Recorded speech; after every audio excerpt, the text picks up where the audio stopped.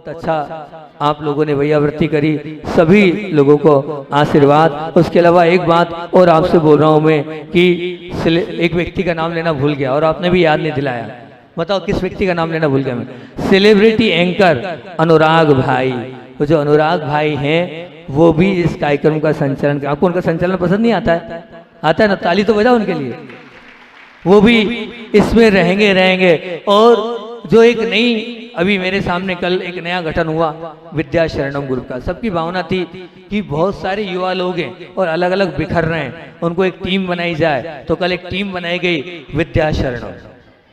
उस विद्या शरणम में जो महाराष्ट्र के भामाशाह हैं, जो आपके आए तो भोक्ता वाले, उन भोक्ता वाले के जो बड़े भैया हैं उनको अध्यक्ष बनाया।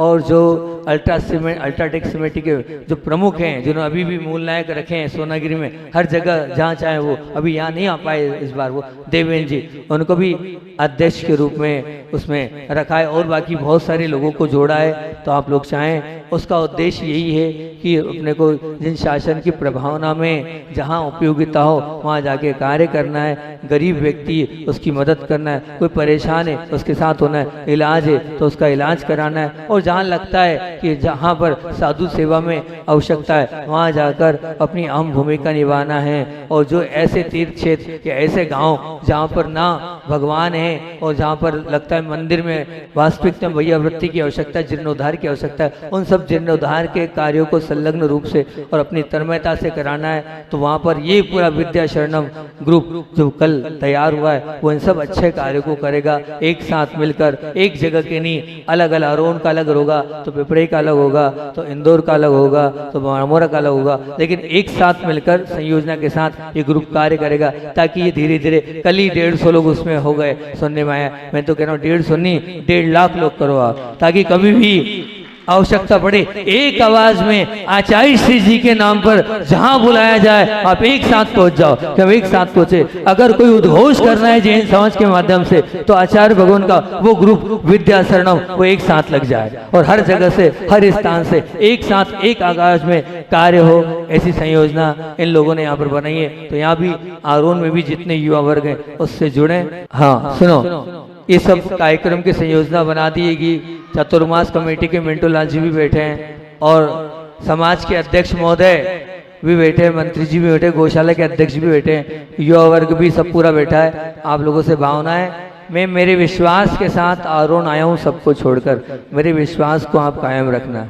अभी तक तो जितना चाहा था उससे कई गुना अच्छा अरुण वालों ने किया है, लेकिन इस कार्यक्रम को बहुत अच्छे से आप लोगों को करना है। आपके विश्वास पर वापस अरुण लौट के आया हूं। आप विश्वास को बनाएंगे ना? 3 दिन के लिए दुनिया भर के काम छोड़ देना, 3 दिन के लिए आप जब तक कार्यक्रम चल रहे हैं, अरुण जैन समाज से मेरा निवेदन है, निवेदन करूं कि आदेश दूं? बोलो अरुण वालों। तो ये आदेश है, जब कार्यक्रम चलेगा 3 दिन के लिए, उस समय आप अपने कम से प्रतिष्ठान बंद रखना। उस समय प्रतिष्ठान बंद रखना, नहीं तो कौन देखेगा, कौन करेगा?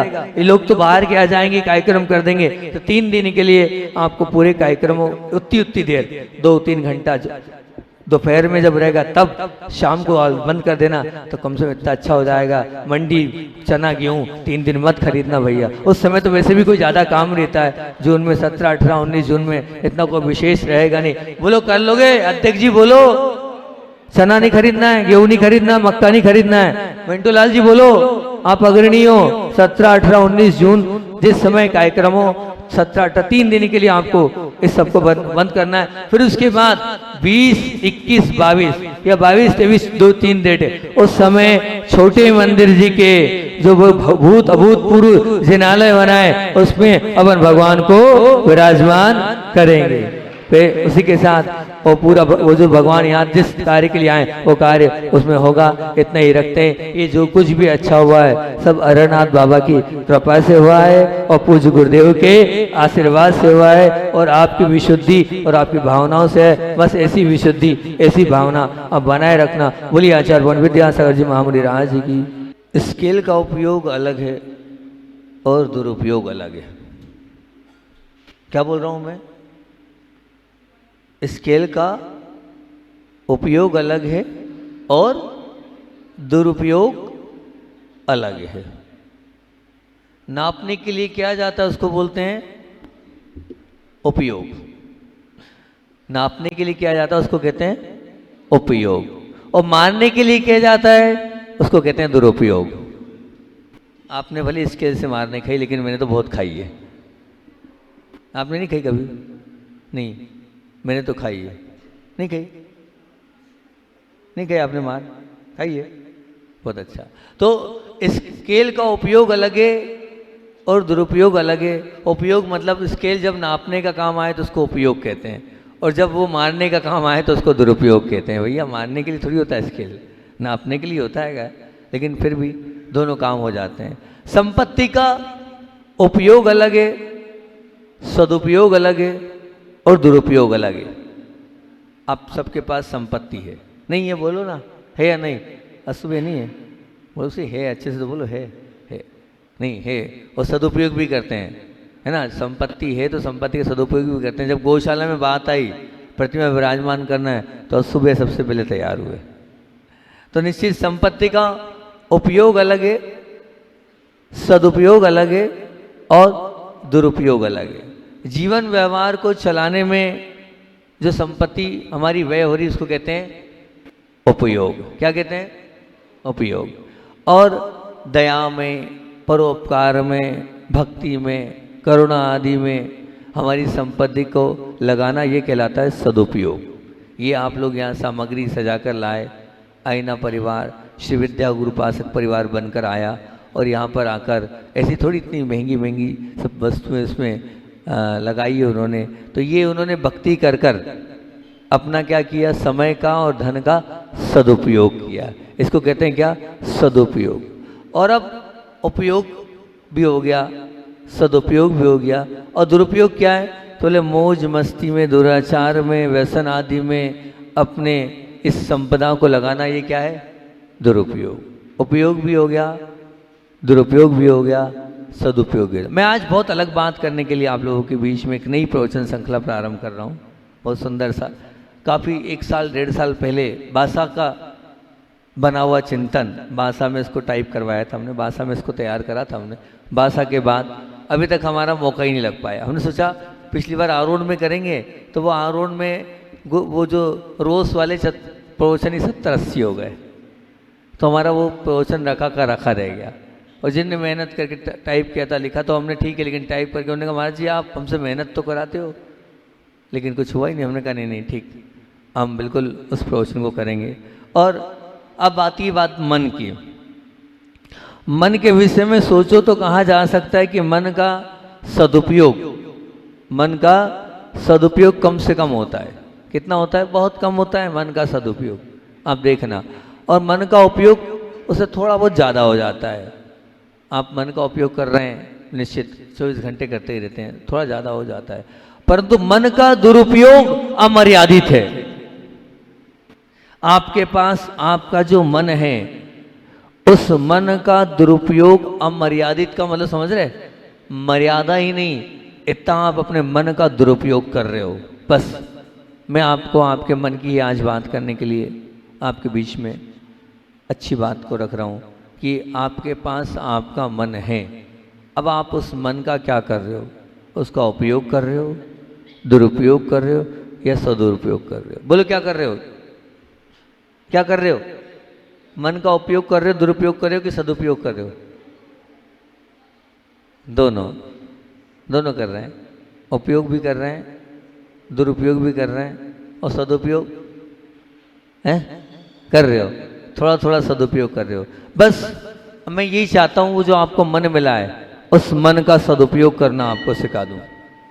हम सबके पास मन है, लेकिन हम उस मन का सदुपयोग कर लेंगे तो निश्चित मान के चलना हम अपने जीवन में बहुत कुछ प्राप्त कर सकते हैं। और वही मन सद्गति और दुर्गति, यही मन सद्गति और दुर्गति दोनों को आमंत्रण देने की वो अगम्य क्षमता, वो शक्ति हमारे मन के पास है। बस अब उस मन को हम क्या करें? टेकल कर लें। क्या कर लें? टेकल कर लें। टेकल मतलब समझते क्या होता है? बोलो। मैनेज कर लो। अगर हमने टेकल माइंड क्या करना है? Tackle mind. पिछली बार हमने आपके बीच में प्रवचन कौन सा किया था? बेस्ट फैमिली का किया था ना? बेस्ट फैमिली का भी किया था और गुड नेचर का भी किया था, गुड नेचर भी किया था। अब इस जो प्रवचन है ये हमने टेकल माइंड, मतलब बस अपने मन को हमें टेकल करना है। और मन को टेकल करना कोई बहुत बड़ी बात नहीं है। अगर हम बहुत अच्छे से और अपने आप को बिल्कुल सब तरह के विषयों से बचाते हुए अपने मन को रखेंगे तो हम अपने मन को टेकल भी कर लेंगे। तो टेकल माइंड की स्पेलिंग क्या है? TACKLE,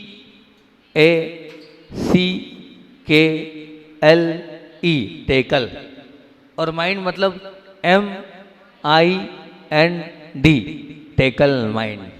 और बस आज आपको आपके दिमाग को टेकल करने का तरीका आपके बीच में रख रहा हूँ और आपके पास वो क्षमता आ जाएगी। और आपने अगर अपने दिमाग को टेकल कर लिया, सबको टेकल कर लिया।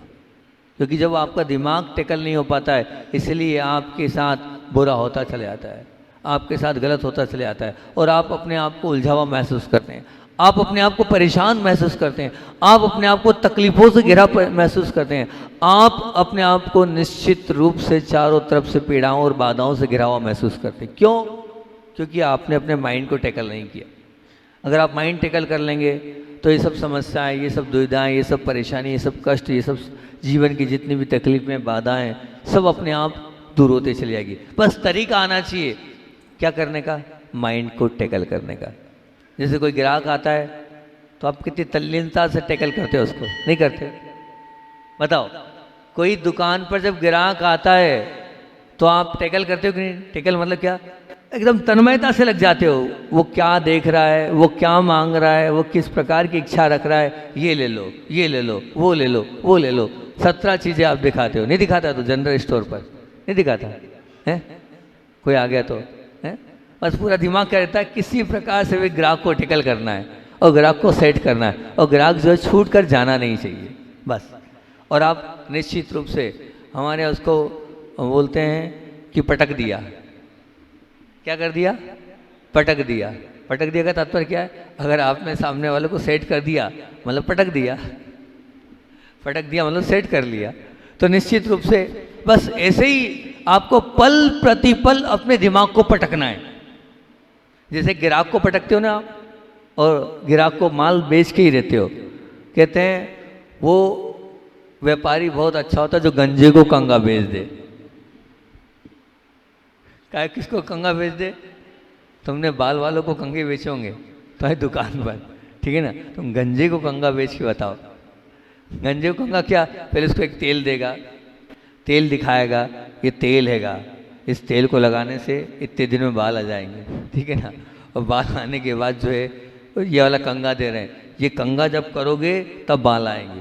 पहले क्या है? बोले गंजी, बोले गंजे पर वहाँ पर बोले खेती में वो करते ना, खेती में चलाते हैं तब बीज उगता है। बोले रोज़ रोज़ तुम्हें कंगा मारना पड़ेगा तब बाल आएंगे। इसमें ऐसा जादू है, इसमें ऐसा कुछ मिला हुआ है जो तुम रोज़ रोज़ करोगे तो अपने आप बाल आने लग जाएंगे। तो बोलते गंजे को कंगा बेच दिया, तो वो टेकल कर लिया, ठीक है ना? तुम भी कंगा बेचते हो ना? बेचते हो? हाँ ठीक, चिंता नहीं करो, मैंने ही बहुत कंगे बेचे। जो तुम्हारा काम था वही मेरा काम था। हाँ, तो निश्चित रूप से टेकल माइंड का तात्पर्य ये है कि हम परिस्थितियों को अपने साथ और अपने मन के साथ अनुरूप कर लेंगे तो सब कुछ अपने आप अच्छा होता चला जाएगा। वो हमारे हाथ में। ध्यान रखना, मन किसका? आपका कि सामने वाले का? बोलो ना, मन किसका? आपका है कि सामने वाले का है? मन मेरा। जब मन मेरा तो टेकल मुझे करना है कि उसको करना है? किसको करना है? देखो, जब मन मेरा है तो मन भी मुझे ही टेकल करना पड़ेगा, कोई दूसरा टेकल करने वाला नहीं है। उसको सही दिशा और दशा देने वाला मैं स्वयं हूँ। वो मन मेरा है और मेरे अधीन चलेगा, मुझे चलाना सीखना होगा। ध्यान रखना, एक बच्चा गाड़ी चलाता है तो सीखता है, ऐसे ही हमारा मन एक गाड़ी के समान है और हम उसके ड्राइवर हैं। हमारा मन एक गाड़ी है, एक वाहन है, उस वाहन पर हमें ड्राइविंग करना है और ऐसी ड्राइविंग करना है जिस ड्राइविंग के माध्यम से निश्चित रूप से मन को हम अपने अनुरूप चलाएं। लेकिन होता क्या है पता है, किसके अनुरूप चल रहे हैं? आप बताओ, आप मन के अनुरूप चल रहे हो कि मन आपको अनुरूप अपने अनुरूप चला रहा है? बोलो। अब हो ये रहा है कि मन आपको टेकल कर रहा है। मन किसको टेकल कर रहा है? आपको टेकल कर रहा है। लेकिन टेकल किसको करना चाहिए? आपको मन को टेकल करना चाहिए। लेकिन उल्टा हो रहा है, हो ये रहा है कि मन आपको टेकल कर रहा है। नहीं, आज हम सीखेंगे, हम अपने मन को टेकल करना सीखेंगे। इसलिए और मन को टेकल कर कर अपने आप के जीवन को अच्छा बनाएंगे, अपने जीवन की उन उत्कृष्टताओं को प्राप्त करते जाएंगे और अपने जीवन की सब बुराइयां, सब कमियां, सब कुछ ऐसी चीज़ें जो दोष से भरा हमारा जीवन है, वो आप क्या मान रहे हो?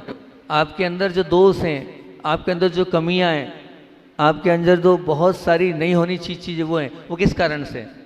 किसके कारण से? बताओ, बताओ ना। मन के कारण, और किसी का कारण नहीं है।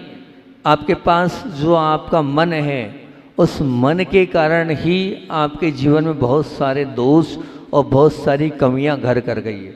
और ऐसा मत मानना कि आपको कुछ आता है, या आप दिखने में बहुत अच्छे हैं, या आप बोलने में बहुत अच्छे हैं, या कुछ ऐसी कोई अच्छी क्वालिटीज़ हैं, तो आपके अंदर कमियां ना हो। नहीं, बहुत सारी कमियां और बहुत सारे अंदर ऐसे दोष आपके अंदर भरे हुए हैं। उन कमियों को और उन दोषों को हमें दूर करने के लिए हमें किसी पे काम नहीं करना है।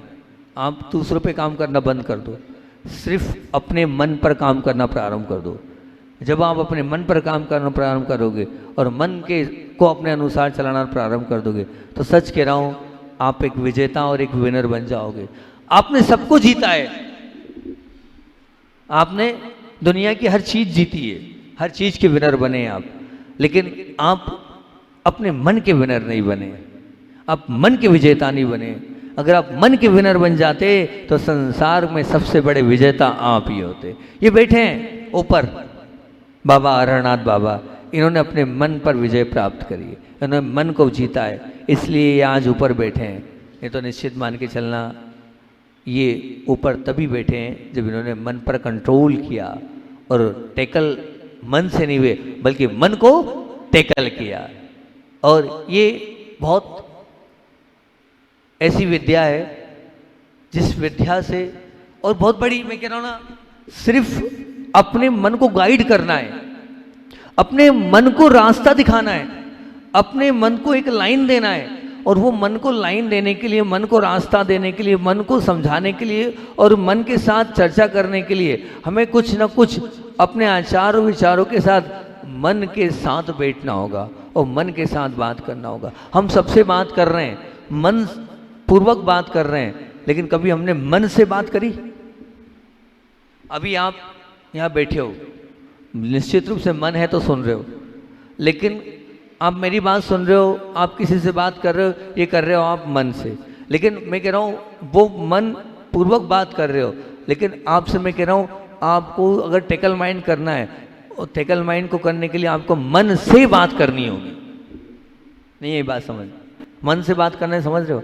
मतलब खुद से बात करनी होगी, और खुद के अंदर क्या है? वो मन बैठा हुआ है, उस मन से बात करनी होगी। और उस मन से बात करने के लिए टेकल माइंड का, मैं वही पुरानी बात आपके बीच में की, हर एक को आपके बीच में 10 बिंदु रख रहा हूँ, और ये 10 बिंदुओं का सुंदर प्रवचन, आपको एक एक प्रवचन सुनना होगा। एक एक प्रवचन में सार भरा हुआ है, और अगर सच में ये प्रवचन सुन लिया आपने, तो मान के चलना कि आप अपने मन पर नियंत्रण करना सीख जाएंगे, मन पर कंट्रोल करना सीख जाएंगे। और मन को आप बांध कर रखना अगर सीख गए, आज नहीं तो कल आपके अंदर भगवान के बाजू में बैठने की ताकत, हैसियत, औकात आपके अंदर आ जाएगी। बस मन को कंट्रोल करना। जो लोग नहीं भी आ पाए उन तक मेरी प्रवचनों को पहुंचाना, क्योंकि एक साधक के काम का प्रवचन है, तो एक बच्चे के काम का प्रवचन है, तो एक जो स्टूडेंट लाइफ जी रहा है उसके काम का भी ये प्रवचन है, तो एक जो घर गृहस्थी में जी रहा है उसके, हर व्यक्ति के पास मन है, और बस उस मन को चलाने की पद्धति, उस मन को चलाने का सिद्धांत, उस मन को चलाने की क्रिया प्रक्रिया आप लोगों के बीच में रख रहा हूँ। तो मैं तो चाह रहा हूँ ये जो मेरे मन पर कंट्रोल करने वाले प्रवचन है आप सब तक पहुँचाना, ताकि सब मन विजेता बनकर और अपने आप को जीतकर भगवान के बाजू में बैठे। भगवान के बाजू बैठने की सामर्थ्य उन सब के पास आए और उन सब के पास ये सब बिंदु जो आप लोगों के लिए जो टेकल माइंड में 10 बिंदु आप लोगों के बीच में दे रहा हूँ, ये बिंदु ऐसे हैं, मैंने कहा ना सदगति को दुर्गति, एक होती सदगति और दूसरी होती दुर्गति, दोनों का आमंत्रण देने की ताकत किसके पास है? अगम्य शक्ति किसके पास है? हमारे मन के पास है। हम चाहें तो सदगति के पात्र बन सकते हैं और हम ही दुर्गति के पात्र बन सकते हैं। सदगति पाना हमारे हाथ में है और दुर्गति पाना भी हमारे हाथ में। जब दोनों हमारे हाथ में है तो हम सदगति को क्यों ना चुनें, हम दुर्गति को क्यों चुन रहे हैं?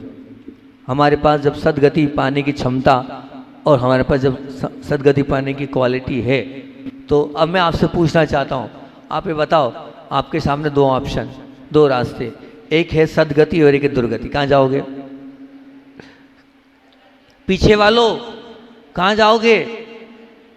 सदगति। वो बड्डन की धर्म पत्नी बड़े तेज आवाज में बोल रही पीछे से, सदगति, सदगति में जाना है, दुर्गति में नहीं जाना। पक्का? बहुत अच्छा। अगर सच में आप लोगों को सदगति में ही जाना है और सदगति के ही दर्शन करना है, तो मैं आपको सदगति में जाने का ये 10 सूत्र दे रहा हूँ। एक एक करके इन सूत्रों को खोलता चला जाऊँगा, बस आप नोट डाउन करते चलें। अगर, क्योंकि ये मंगलाचरण है मेरा, आज मंगलाचरण कर रहा हूँ, ठीक? इस मंगलाचरण को आप याद कर लें, है ना? और फिर जब भी प्रवचन की शुरुआत करूँगा तो मैं चाहूँगा कि मंगलाचरण मैं ना करूँ, आप करो। इजी है, कोई कठिन नहीं है, आपको याद करना है। और फिर मैं ये चाहूँगा आप जो पहले से बोलता आया हूँ, जो इसमें अच्छा लगे उसको आप नोट डाउन करना और उसका क्या लगाना, आपको अपने मोबाइल पे क्या लगाना होता है, उसको क्या बोलते हैं? उसको स्टेटस। आप उसको स्टेटस लगाना और उस स्टेटस को सब तक पहुँचाना कि आज प्रवचन में महाराज जी ने मन पर कंट्रोल करने के तरीके में ये वाला तरीका दिया और इससे हम अपने मन पर नियंत्रित करके अपने जीवन को बहुत अच्छा बना सकते हैं और हम चाहें तो अपने मन पर विजय प्राप्त कर सकते हैं। आप रोज़ अगर इस प्रकार की कार्य की संयोजना से जुड़ जाएंगे तो मुझे भी आनंद आएगा कि हाँ, आप लोग सुन रहे हैं। देखो, मेरा काम तो बोलने का है और मैं तो बोलूँगा, ठीक है ना? अब आप जितना ग्रहण कर सको उतना ग्रहण कर लेना, जितना आप अपने जीवन में उतार सको उतना अपने जीवन में उतारने का प्रयास करना। कि बाकी प्रवचन तो आपको बहुत मिल रहे होंगे, पर शायद इस प्रकार के मन वाले प्रवचन सुनना बहुत मुश्किल रहता है, मन पर कोई काम करता नहीं है। लेकिन हमने मन पर काम किया है और इस मन को विजय प्राप्त करने की इन 10 रास्तों को आपके बीच में आपके समक्ष रख रहे हैं। तो आप लोग इस मंगलाचरण को बहुत अच्छे से तैयार करना और बहुत अच्छे से करना। हाँ, एक बात और पहले बोल दूँ, मन के बीच में बाद में भूल गया तो रही जाएगी वो बात। मैंने जो कल आप लोगों के बीच में सुबह भी घोषणा करी थी और कल रात को भी घोषणा करी है ना, वो कल वाली घोषणा को आपको याद रखना है। बाकी तो सब बातें आपके बीच में रखी दी थी मैंने। कौन सी वाली बातें रख दी थी? 17, 18, 19, ये शुद्ध पंचमी के दिन का जो महामहोत्सव हम 17, 18, 19 3 दिन का कर रहे हैं। और मैंने बताया 12 भावनाओं पर। क्या कोई एकाध आरोन में ऐसा नहीं है जो लेखक हमारे निस्सीम सागर जी होते तो लिख के 12 भावना गा देते हो? हाँ, निस्सीम सागर जी ने आपको बताए हम कि वो जब अभी एक आध पत्र पढ़ा, एक पत्र आपको पढ़वा, जब उनके लगभग बहुत पत्र आते हैं हमारे पास, और उनके जो पत्र आते हैं ना, वो सिर्फ कैसे लिखते हैं, वो जो पत्र लिखते हैं ना, वो पत्र उसमें लिखते हैं, क्या बोलते हैं आप उसको, गद्य बोलते हैं ना, 4-4 लाइन है कविता रूप से, पद्य और गद्य इसको बोलते हैं ना, पद्य उसको बोलते हैं ना, वो पद्यात्मक लिखते हैं, 4-4 लाइन की कविताओं जैसा बनाकर, वो बिल्कुल, उसको तो गद्य बोलते हैं ना, पद्य बोलते हैं। हाँ, तो हाँ पद्य बोलते हैं, गद्य उसको बोलते हैं। वो पद्य में बनाकर हमें पत्र लिखते हैं और ऐसी ऐसी बातें लिखते हैं। तो मेरी भावना है कि 12 भावनाओं में दुनिया में तो नाम आ गए, आकाश भी बता रहे थे, बहुत सारे नाम आ गए 12 भावनाओं के।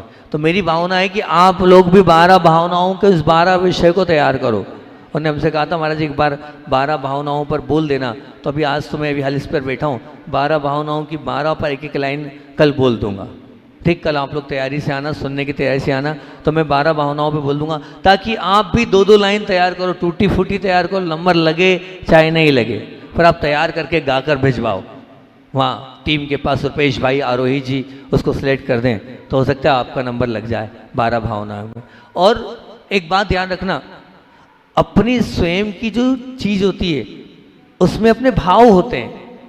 आप वो 12 भावना पढ़ोगे, राजा राणा छत्रपति, वो अलग है, लेकिन स्वयं की 12 भावना को पढ़कर आप मान के अगर वो उसको गाओगे तो उसमें आपका एक एक भाव अंदर से झलकेगा। इसलिए मैं तो कह रहा हूँ कि बच्चे को वो 12 भावना अपने हिसाब से तैयार करके बनानी चाहिए।